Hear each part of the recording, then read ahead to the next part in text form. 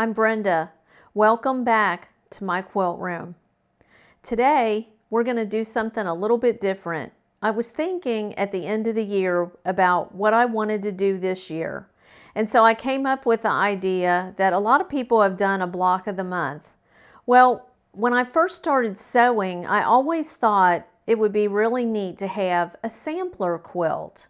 And a couple of years ago, I made some Christmas quilts. And I had quite a few pieces of different Christmas variety of prints left over from some of the quilts that I made. And so I thought, well, it would be fun to do a block of the month, nothing hard, some blocks that are just really easy to do. And then by the end of the year, have enough blocks that I could put them together and I could have my own Christmas quilt. So today I'm going to show you the first block that I decided to make. Now we'll make 2 of these each month and that'll be 24 blocks. So at the end of the year you could either remake one of the 12 blocks again and have 3, or you could do something just totally different that you want to do. It will totally be up to you. Now I'm going to use Christmas fabrics, but as we all sew, we end up with leftovers. And so in this particular box, I have all of these leftover 2.5-inch squares from other projects. So if you want to follow along and do this project with me this year, you can use your scraps and make a scrappy quilt for the end of the year. The first block that I decided to do is simply leftover 2.5-inch squares. And these will all end up being 12-inch square blocks. It takes 36 2.5-inch squares to make this first block. And so you will make 2 of these. So that will be 72 2.5-inch squares. And I had quite a pile. And I've already made this one. And so this is the one that I'm currently working on. What I did, I picked out 36 squares and I've arranged and laid them all out in an arrangement that I like.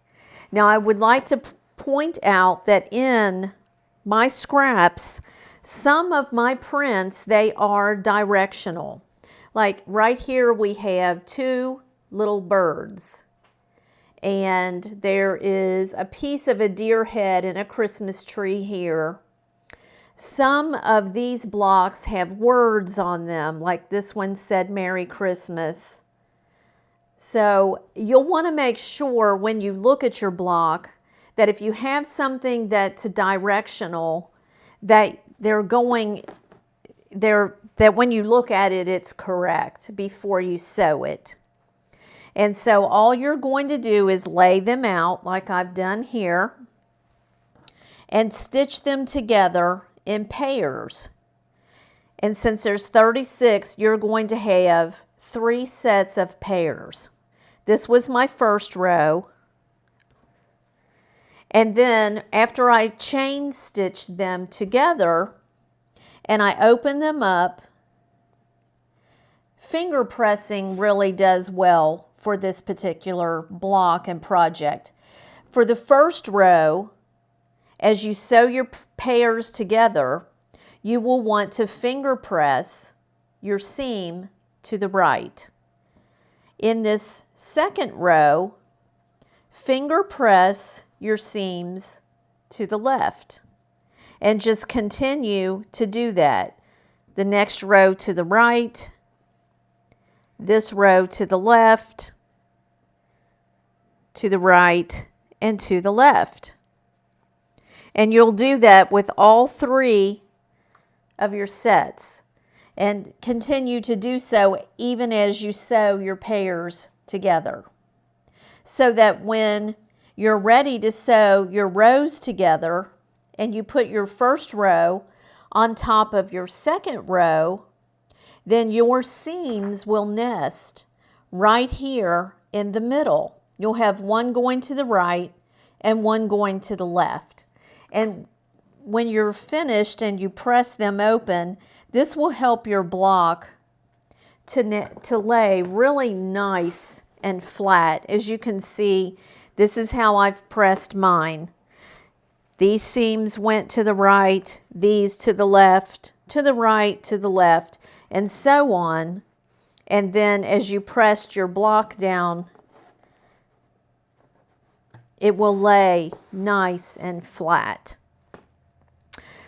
When I sew these together, then I took my block and I laid it down, and I used my large 12.5-inch ruler, and I found the 12-inch line on my ruler horizontally and vertically and lay it to the corner.